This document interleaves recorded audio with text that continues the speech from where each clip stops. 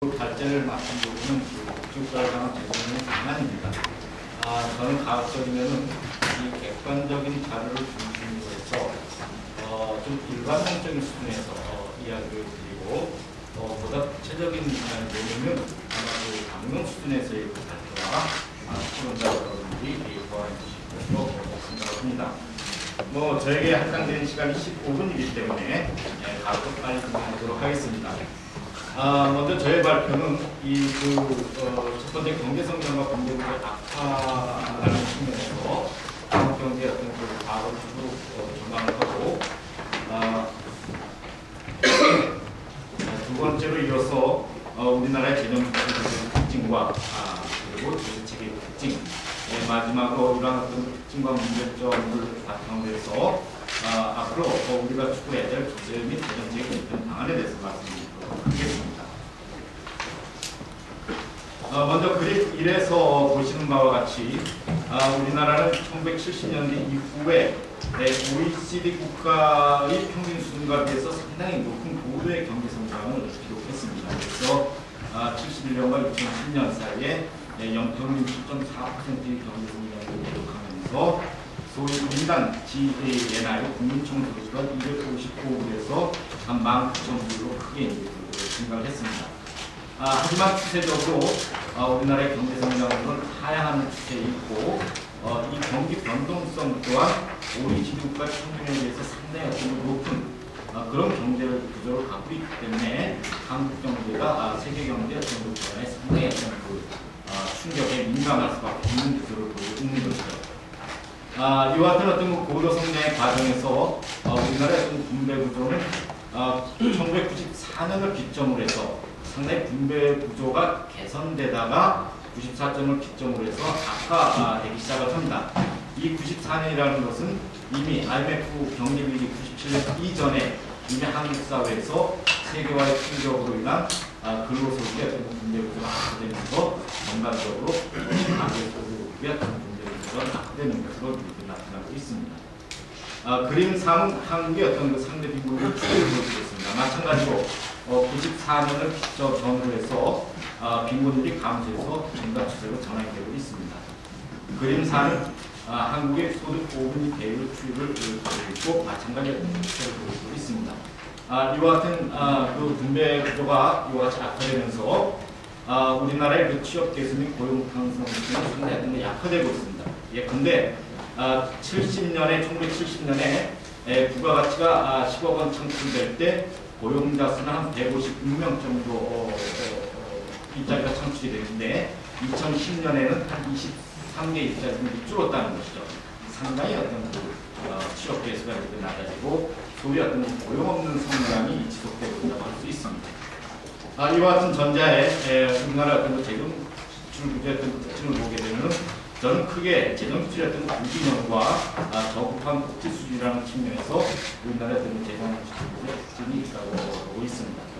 표 1에서 보시는 바와 같이 우리나라의 경우 국방, 경제사업, 주택 관련, 어떤 토건사업 관련 이 재정 지출은 OECD 평균의 어떤 2배 이상을 기록하고 있는 반면 맨 끝에 제2항목에서 보듯이 사회보장 지출은 OECD 평균의 3분의 1 정도인 것으로 하는 수준인 것이죠. 그림 6에서 보시는 바와 같이 또한 우리나라의 어떤 그 사회복지 지출을 OECD 국가와 비교했을 때 2007년 기준으로 우리나라는 멕시코 다음으로 사회복지 지출의 어떤 그 비중이 낮은 국가로 기록되고 있습니다. 이 당시 우리나라의 어떤 그 GDP 규모는 OECD 국가에서 한 9위 정도를 기록하고 있었습니다. 마찬가지로 이제 표 2에서 공공사회 지출의 어떤 구성을 보게 되면은 우리나라의 경우에는 특히 이제 이 보건 관련 재정 지출의 공공사회 지출의 비중이 OECD 평균에 비해서 크지만 나머지 어떤 유족이라든지 노동시장 관련, 가족 관련 이런 어떤 공공사회 지출의 어떤 상당히 낮은 그런 어떤 지출 구조를 보이고 있습니다. 또 표 3을 통해서 여러 가지 어떤 지표를 통해서 봤을 때도 우리나라의 복지 수준은 OECD 국가에서 상당히 낮은 수준이 있다고 할 수 있는 것이죠. 다른 앞에 표사에서 보듯이 2010년 3월 기준으로 우리나라의 유급근로자의 사회보험 미가입률을 보게 되면은 10인 미만 영세사업체 그리고 저임금 계층 비정규직을 중심으로 해서 사회보험의 사각지대 즉 미가입률이 상당히 높게 나타나고 있습니다.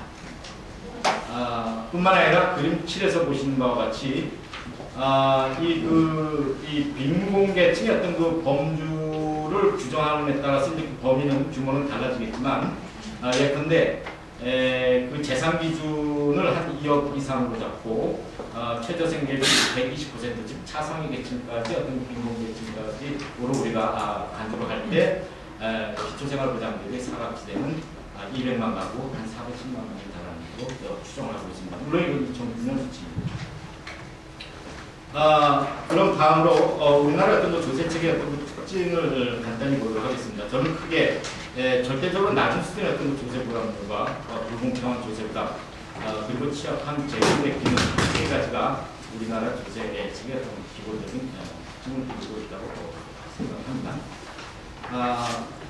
표는 넘어가고 그림팔이 안 나왔군요. 표 6을 통해서 보시는 바와 같이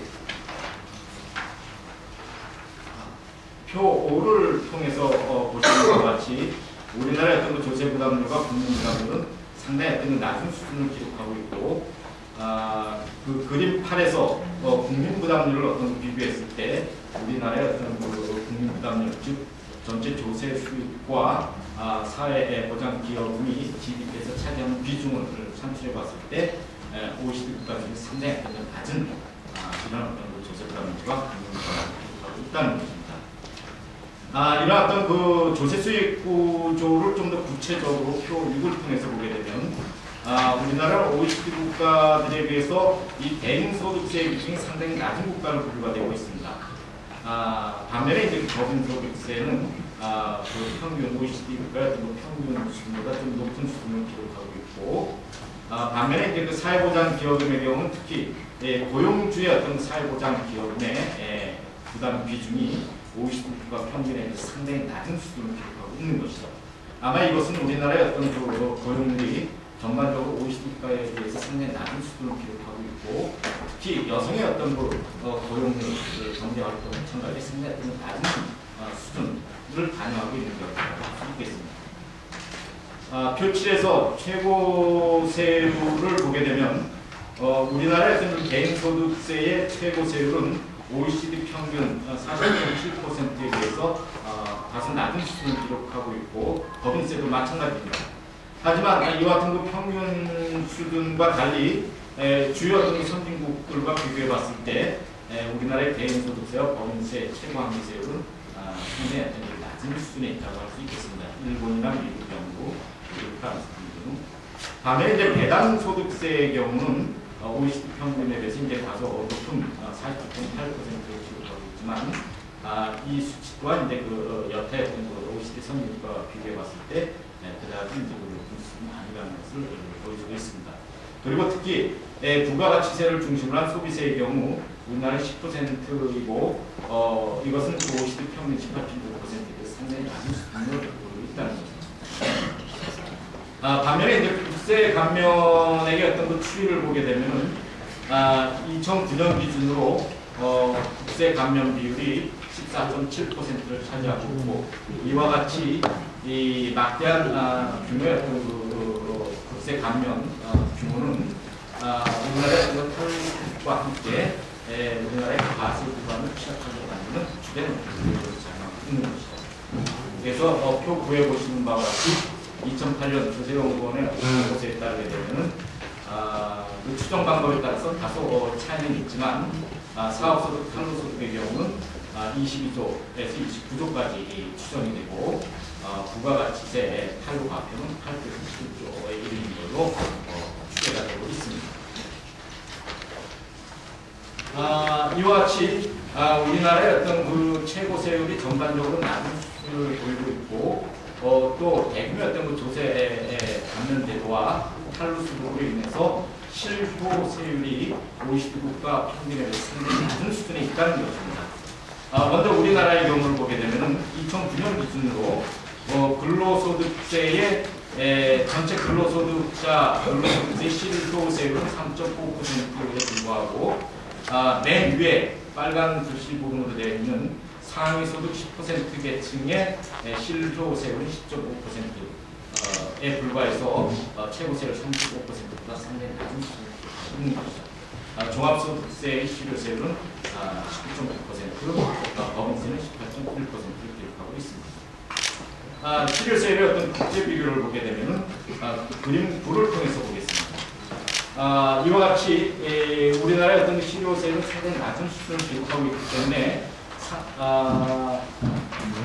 2010년 기준으로 우리나라의 실효세율은 OECD 국가 가운데 밑에서 세 번째를 기록하고 있는 낮은 수준을 기록하고 있다는 것이죠. 그래서 향후 우리나라의 어떤 조세제도의 개편과 관련해서는 최고 한계세율뿐만이 아니라 실효세율을 낮추는 요인으로 작용하고 있는 다양한 어떤 조세 금융제도 정리라든지 탈루 소득의 어떤 파 이런 문제를 정치적으로 고려할 필요가 있다는 것을 이 부분이 보여주고 있습니다. 마찬가지로 이와 같은 실효세율이 낮기 때문에 우리나라 조세 이전 지출의 소득 재분배 효과 또한 상당히 낮은 수준을 기록하고 있습니다. 한국은 밑에서 세 번째로 기록하고 있죠. 여기서 2000년대 후반이라고 하는 것은 주로 2008년 기준이고 일부 국가들이 2007년 기록하고 있습니다. 마찬가지로 빈곤율 감소 또한 상당히 낮은 수준을 기록하고 있고 멕시코 다음으로 조세 이전 지출의 빈곤율 감소가 낮은 수준을 기록하고 있습니다. 제가 생각하기에 우리나라의 어떤 조세 제도의 어떤 또 하나의 문제점은 불공평한 조세 부담이라는 것입니다. 예를 들면은 상장 수가 파생금융 상품의 양도 차익에 대한 비과세라든지 상속세 및 증여세의 낮은 납세 순도 그리고 어떤 회사 교육 비용과 지원성 거래를 통한 일단 몰아주기 그리고 사업 소득자를 중심으로 마련되어 있는 탈루소득 이와 같은 여러 가지 요인들이 우리 사회에서 조세의 어떤 과세 형평성을 저해하는 그런 요인들이 작용하고 있는 것입니다. 이런 어떤 여러 가지 어떤 측면들을 고려할 때 미래 우리 사회 어떤 조세 및 재정책의 개편은 크게 공공부조 및 사회보험의 사각지대를 해소하면서 세계화, 저출산 고령화, 양극화 및 분배구조 악화, 고용 없는 성장 등과 같은 새로운 어떤 사회적 위험에 어떤 적극적으로 대응할 수 있는 그러한 촘촘한 사회 안전망을 구축하는 데 도와줘야 한다고 생각합니다. 이와 같이 우리 사회가 촘촘하게 사회 안전망을 구축할 경우 거시형의 자동 안전장치가 강화되고 그 결과는 장기적으로 경제 성장과 분배구조의 개선에 기여할 수 있는 것으로 평가가 되고 있습니다. 문제는 이제 앞으로 이와 같은 촘촘한 사회 안전망을 구축하기 위해서 어떤 방식으로 저를 조달할 것인가가 이제 문제가 되겠죠. 이 그림 시기는 이 표에서는 깨졌지만 아마 여러분 갖고 계신 발표 자료에는 글자가 제대로 나올 것입니다. 그래서 제일 위쪽은 이제 국가의 역할이고 왼쪽은 가족, 오른쪽은 기업 이렇게 어떤 복지국가의 세 축을 국가와 가족과 기업의 역할로 3등분했을 때 제일 어떤 국가 역할이 큰 나라들은 소위 스웨덴 같은 스칸디나비아에 속해 있는 복지국가들이 있고 기업의 역할을 강조하는 국가들은 소위 미국과 같은 자유로 복지국가가 되고 왼쪽에 가족의 역할을 주로 강조하는 복지국가의 경우에는 스웨덴, 이탈리아나 그리스나 스페인 이런 국가들이 위치해 있습니다. 우리는 그 맨 밑에 국가의 역할이 상당히 취약하면서 기업의 역할도 상당히 어떤 상대적으로 약한 그런 어떤 위치에 있고 장기적으로 제 생각으로는 우상향하는 그런 방향으로 좀 나가야 되지 않겠는가 이런 생각을 갖고 있습니다. 이와 관련해서 재정지출 정책과 관련해서 우리가 개편을 고려해야 될 부분은 먼저 그 부문간 자원배분의 조정과 재정지출의 효율성을 제고할 필요가 있다는 것입니다. 앞에서도 살펴봤듯이 우리는 어떤 그 경제 관련 사업, 주택, 국방 사업의 어떤 재정지출이 상당히 크지만 사회보장 관련 지출은 상당히 낮은 수준에 있기 때문에 기존의 연구 결과에 의해서도 봤을 때 우리나라의 고정 비율적인 상품을 가진 것으로 평가되고 있습니다. 두 번째로 빈곤 정책의 사과 기대를 했어야 된다는 것입니다. 여기에는 구체적으로 사회보험의 어떤 적용을 확대하거나 기초생활보장제도의 수급자를 확대하고 실업구조 제도를 도입하며 그리고 근로장려 세대의 금융이 적용 대상을 해야 된다는 것이 주된 내용이고요. 마지막으로 이제 그 재정의 사회 투자 기능을 강화할 필요가 있다는 것입니다. 구체적으로는 교육 및 직업훈련을 통한 그 인적 자원에 대한 투자를 증가시키고 여성 및 아동에 대한 투자 그리고 적정 적응성 정책과 의료보장의 확대를 통해서 재정의 사회 투자 기능을 강화할 필요가 있다는 것입니다. 다음으로 이제 그 조세제도의 가통과 관련해서 오늘의 어떤 그 주된 이슈라고 할 수 있겠는데요. 먼저 그 세제 개편의 어떤 국제적인 흐름을 보게 되면은 1986년 미국의 어떤 그 레건 행정부에서 세제 개편 이후 낮은 세율과 넓은 세율은 세계적으로 어떤 그 세제 개편의 어떤 그 기본 원칙으로 이제 그 자리 잡아왔습니다. 그리고 90년대 이후에 소비재 중심의 어떤 근본적 조세 개편이 이제 그 강조가 되기 시작했고 80년대 이후 세계화에 대한 이중소득 과세에 대해서 이제 일부 국가를 중심으로 주장이 되고 있습니다. 한편 그 2008년 최근에 어떤 그 경제 위기 이후에 OECD 회원국의 어떤 그 조세 정책을 보게 되면 예컨대 어떤 그 경기를 어떤 거 활성화시키기 위해서 세율을 인하하는 국가들과 반면에 이제 그 재정 건전성 회복을 위해서 최고 한계 세율을 높이는 그런 국가들을 구분할 수 있습니다. 보시게 되면은 뭐 14는 좀 넘어가도록 하겠습니다. 그 표 15를 보시게 되면은 2008년 이후 OECD 회원국의 어떤 최고세율 변화를 보여주고 있습니다. 그래서 주로 이제 그 세율을 최고한계 세율을 인상한 국가들은 칠레라든지 그리스, 아이슬란드, 아일랜드, 멕시코, 영국 이런 나라들이 2008년 대비 2010년도 11년에 개인소득세, 법인세, 부가가치세를 인상했고 그 밑에 있는 국가들은 주로 이제 개인소득세와 법인세를 인하한 국가들입니다. 물론 영국의 경우에는 개인소득세는 40%에서 50%로 인상시켰지만 그 반면에 법인세는 28%에서 26%로 2% 인하를 했죠. 그리고 여기서 하나의 그 재밌는 경향은 부가가치세의 어떤 그 세율 변화를 보게 되면 2008년 경제위기 이후에 34개 OECD 국가 중에서 부가가치세를 인하한 국가는 하나도 없었고 15개 국가가 모두 부가가치세율을 인상하는 그런 정책을 취해서 그 재정 건전성에 대응했다는 그런 지표가 주목되는 합니다. 그래서 이와 같은 여러 가지 어떤 그 자료를 그리고 또 우리나라의 어떤 그 세제 어떤 그 특성을 고려했을 때 제가 생각하는 세제 개편의 어떤 방향은 낮은 세율과 넓은 세율보다는 적정 세율과 넓은 세율을 통한 과세 공평성의 효과를 보여줘야 된다는 것입니다. 우리나라는 이미 이 최고 세율이 상당히 어떤 그 낮은 수준에 있기 때문에 그리고 특히 이제 실효 세율이 낮은 수준에 있기 때문에 무작정 그 낮은 세율의 어떤 그 원칙을 고집할 수는 없다는 것이죠. 그래서 구체적으로는 소득세와 법인세 최고 세율을 인상하고 금융소득 종합과세 및 종합부동산세의 가분인 세율을 조정하며 불효불급한 부가면제를 정리하고 사회소득을 근절하기 위한 다양한 조치가 필요하다는 것입니다. 이외에 상장 주식과 파생금융 상품의 양도 차익에 대해서 과세를 하는 것이 과세 공평성의 차원에서 적정하다고 생각을 하고요.